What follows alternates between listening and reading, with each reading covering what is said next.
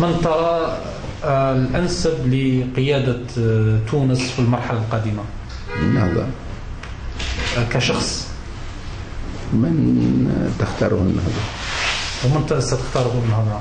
المؤتمر يقرره. ومتى يكون المؤتمر؟ في جولاي القادم إن شاء الله. هناك بعض الأحاديث ممكن صحفية تتحدث عن أنه رئيس الحكومة الفعلية والقائد الفعلي للدولة تونس هو الشيخ راشد الغنوشي، وأن رئيس الحكومة السيد حماد الجبالي يلتقي السيد الغنوشي يوميا ليتلقى منه التعليمات المختلفة في التوجيهات العامة حول تسيير الدولة. ما حقيقة هؤلاء لم يتحرروا من عقلية ما قبل الثورة، يعني أنه لابد أن هناك شخص واحد هو الذي يدير كل الأمور. يا أخي قامت ثورة ضد هذه العقلية. لماذا نحتقر زعماء هذا البلد؟ لماذا نقلل من شأن الدكتور مرزوقي؟ لماذا نقلل من شأن الدكتور بن جعفر؟ لماذا نقلل من شأن محمد الجبالي؟ لماذا هؤلاء نعتبرهم يعني مجرد مريونات، يعني مجرد طراطير يسيرهم الغنوشي؟ هذا عيب، هذا احتقار لشخصيات كبرى يعني لها تاريخ، واحتقار للوزراء، واحتقار لهذه الأحزاب.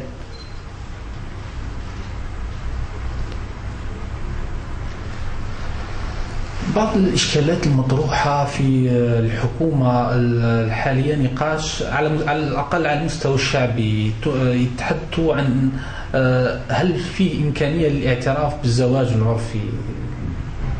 كما هو معروف أن تونس كانت يمنع فيها تعدد الزوجات، فيلجأ بعض الأفراد إلى الزواج العرفي لتجاوز الإشكال القانوني. هل ستحلون مشكل الزواج العرفي بتقنينه؟ الصيغة الوحيدة للزواج التي نقرها ويقرها الشرع هي الصيغة القانونية التي ينص عليها القانون التونسي، باعتبارها تمثل ضمانات كافية للمرأة، ضمانات للمرأة تجعل الزواج ليس مجرد لذة عابرة، وإنما هو التزام أخلاقي والتزام ديني والتزام قانوني وضمانات للطرفين. والزواج العرفي والزواج المتعة لا يحقق هذا، وإنما هو لحظة عابرة، لحظة لذة عابرة، هو انتقاص من المرأة ونيل من حقوقها وتحويلها إلى مجرد أداة لذة يعني. وماذا عن تعدد الزوجات الذي يقره القرآن؟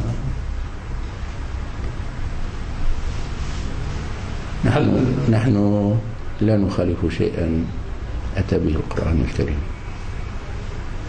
ولكن القرآن لم يجعل من التعدد فريضة دينية، وإنما هو مجرد إباحة، ويجوز لولي الأمر للسلطة الشرعية أن تقيد المباح إذا رأت أنه يؤدي إلى عكس مقصوده. ستقيدون المباح؟ وقع تقييد المباح، مجال الأحوال الشخصية قيدت المباح. نقطة أخرى، نعود إلى إشكال موضوع التيار، بروز التيار السلفي الذي أصبح أيقونة الثورة الحالية، الشيء الأبرز في ما بعد الثورة. هناك من يتحدث عن تحفظ حركة النهضة عن اعتماد حزب التحرير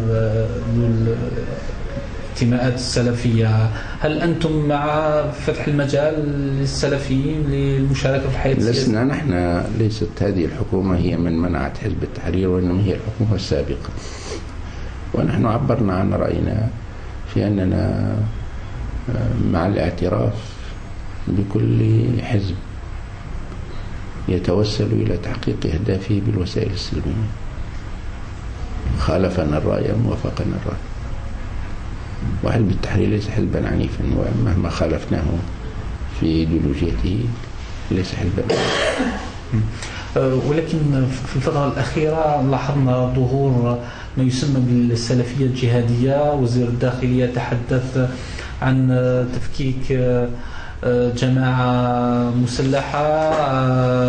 بالأمس يتكلم عن مطاردة 20 مسلح من تونسي ومن جنسيات أجنبية. ألا تخشون من ممكن تكرار التجربة الجزائرية في أحد جوانبها، تحول السلفية العلمية إلى سلفية جهادية، إلى تنظيم قاعدة، إلى أزمة أمنية تهدد استقرار البلاد؟ هذا مستبعد جدا. ما يحصل في تونس هو ثمرة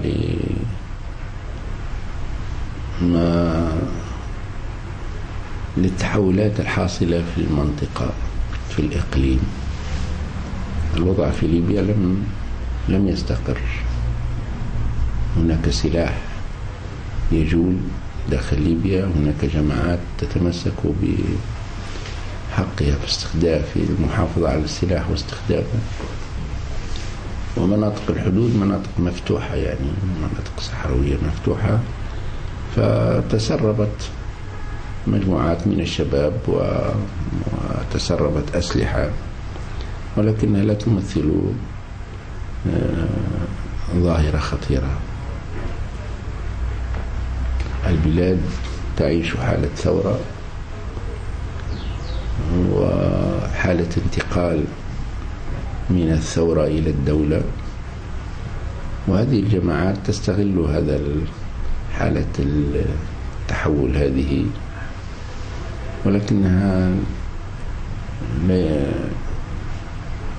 ليس في إمكانها أن تربك الوضع العام أو أن تمثل تهديدا حقيقيا للوضع العام في البلاد، فهي مجموعات صغيرة. ولكنها بدأت على ما يبدو تهيمن على المساجد على الأقل كمرحلة أولى. السلفية ليست شيئا واحدا. تقدرون أن معظم السلفيين هم يبشرون بثقافة ولا يهددون الأمن، يعني يبشرون بثقافة يمكن للمجتمع المدني أن يتعامل معها بالحوار والاستيعاب، ويمكن للديمقراطية أن تتعامل مع كل هذه التيارات الفكرية. في مصر كان هنالك في زمن الديكتاتورية كان هنالك جماعات مسلحة قوية ومثلت تهديدا، بينما اليوم في مصر هذه التيارات تتحول إلى أحزاب، بمعنى أن الديمقراطية تستوعبها. ليس بعيدا أن تتحول السلفية التونسية أيضا، أن تأخذ السلفية التونسية نفس المسار، أن تعبر عن نفسها من خلال صيغ حزبية، وتكون الديمقراطية قد ربحتها، أي نقلتها من مستوى العنف من صناديق الذخيرة إلى صناديق الاقتراع. بالنسبة للعلاقات مع الجزائر، تونس قلت إذا السبب الأول في للظاهرة السلفية هذه، السبب الأول هو حالة الاضطراب الموجود في الإقليم وخاصة على حدودنا الجنوبية، والسبب الثاني هو أعمق من ذلك، الفراغ الذي تركته دولة الاستقلال بنسفها للمؤسسات الدينية التاريخية في تونس مثل جامع زيتونة، بما جعل تونس في النهاية منطقة منخفضة، يعني تستورد تدينها، تتطلع إلى الخارج لاستيراد تدينها، لأنه لم تعد هناك مرجعية دينية في تونس بعد القضاء على جامع زيتونة وبعد الضربة العميقة والواسعة التي وجهت للنهضة. فأصبحت تونس بلد مسلم، ولكنه بلد ليس عنده مرجعية إسلامية، رمى ببصره إلى الخارج، فكانت الفضائيات هذه يعني تزود التونسيين أو قسم من شباب تونس تزوده بما يحتاج ما يرنو إليه من تدين في غياب مرجعية وطنية دينية. الجزائر كانت أول دولة تزورونها بعد فوزكم بالأغلبية في الانتخابات، وكان لكم لقاء بالرئيس عبد العزيز بوتفليقة. ماذا يمكن أن تحدثونا على أهم النقاط التي تناقشت مع الرئيس عبد العزيز بوتفليقة؟ زيارة الجزائر هي نوع من الاعتراف بفضل الجزائر علينا، باعتبارها كانت المحطة الأولى لهجرتنا، حيث أقمت وأسرتي ومئات من إخواني لعدة سنوات في الجزائر، وتمتعنا بكرم الضيافة وخرجنا مكرمين من الجزائر. فهذا نوع من التحية والاعتراف بفضل الجزائر، ولبيت دعوة صديقي الرئيس بوتفليقة لزيارة الجزائر، وكرمت أيما كرم في هذه الزيارة باستقبال كبار المسؤولين لي، وختمت الزيارة باستقبال بضيافة من قبل فخامة الرئيس بوتفليقة، ودار الحديث، وكان الحديث وديا، ودار حول قضايا تعريف بما يجري في تونس، تعريف وبما يجري في المنطقة من ليبيا إلى مصر إلى المشرق العربي. وكيف كانت نظرة الرئيس بوتفليقة للطوع؟ هل هناك اتفاق أو حول مسائل معينة؟ هناك تفاهم واضح يعني، وتوجه واضح أيضا إلى استئناف مسار المغرب العربي المعطل منذ عدة سنين. بالنسبة للملف المغرب العربي، ما هي نظرتكم لإعادة إحياء هذا الاتحاد، وما تقييمكم في نفس الوقت لزيارة الرئيس المرزوقي للدول الثلاث؟ كانت زيارة إيجابية، واستقبل أيضا استقبالا يعني حارا. واليوم لم يعد الحديث عن المغرب العربي مجرد حلم، وإنما أصبح هنالك جدول أعمال للقاء قمة بين الرؤساء المغاربيين الآن، وبصدد التحضير لها.